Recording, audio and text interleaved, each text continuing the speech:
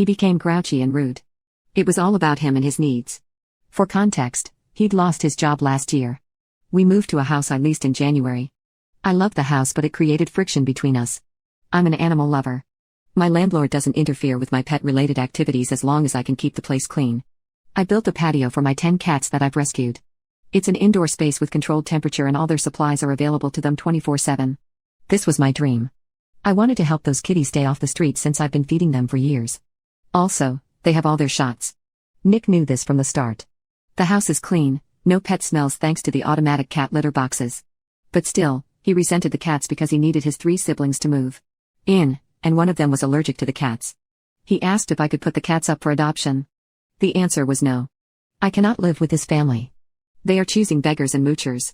The pattern is that his siblings and himself break off their relationships as soon as babies are born.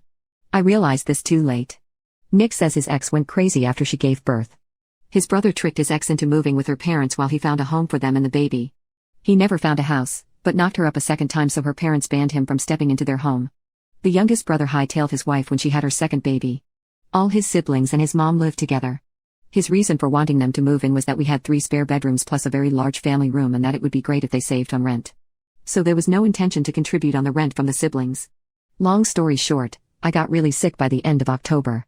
I never got so much as a kind gesture from him. I cried due to body aches and he just stayed away. He never asked me if he could get me anything to eat and hardly ever came to check on me. I spent a lonely Thanksgiving while still recovering because he left to be with his family. My loved ones aren't near because I left everything for him. At some point, we talked about marriage. I recently found out he is back with his side chick. I was gonna hire a private investigator, but it's not worth it. I already know what I need to know. I got a hold of his phone and found about 3 weeks worth of texts. They are definitely having intimacy. I've held this inside of me because at first I was in too much pain to confront him. I don't wish it on anybody. We are hardly on speaking terms and he hasn't even bothered to ask me what's wrong. I didn't find anything on his side chick Laura's social media. But I did find more than I needed to know from her mother's profile.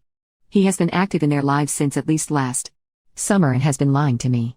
This hits close to home.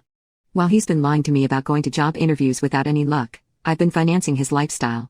I have been paying him to go on these business trips, buying plane tickets and so on. He has a so-called business trip to the British Islands soon. It turns out that these business trips are him taking his affair partner and her mother on vacation. I'm leaving him because of the pain he's causing me and because he's a liar. I'm not granting him the luxury of knowing that I'm pulling the rug in advance. I already talked to the landlord as I'll be leaving the house slightly earlier. I'll be using Nick's trip to uproot myself. I already hired a company that specializes in pet transport since I'm concerned about flying pets in cargo.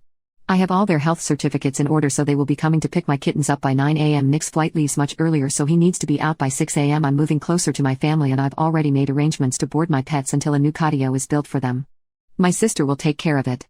I will be living on my own property.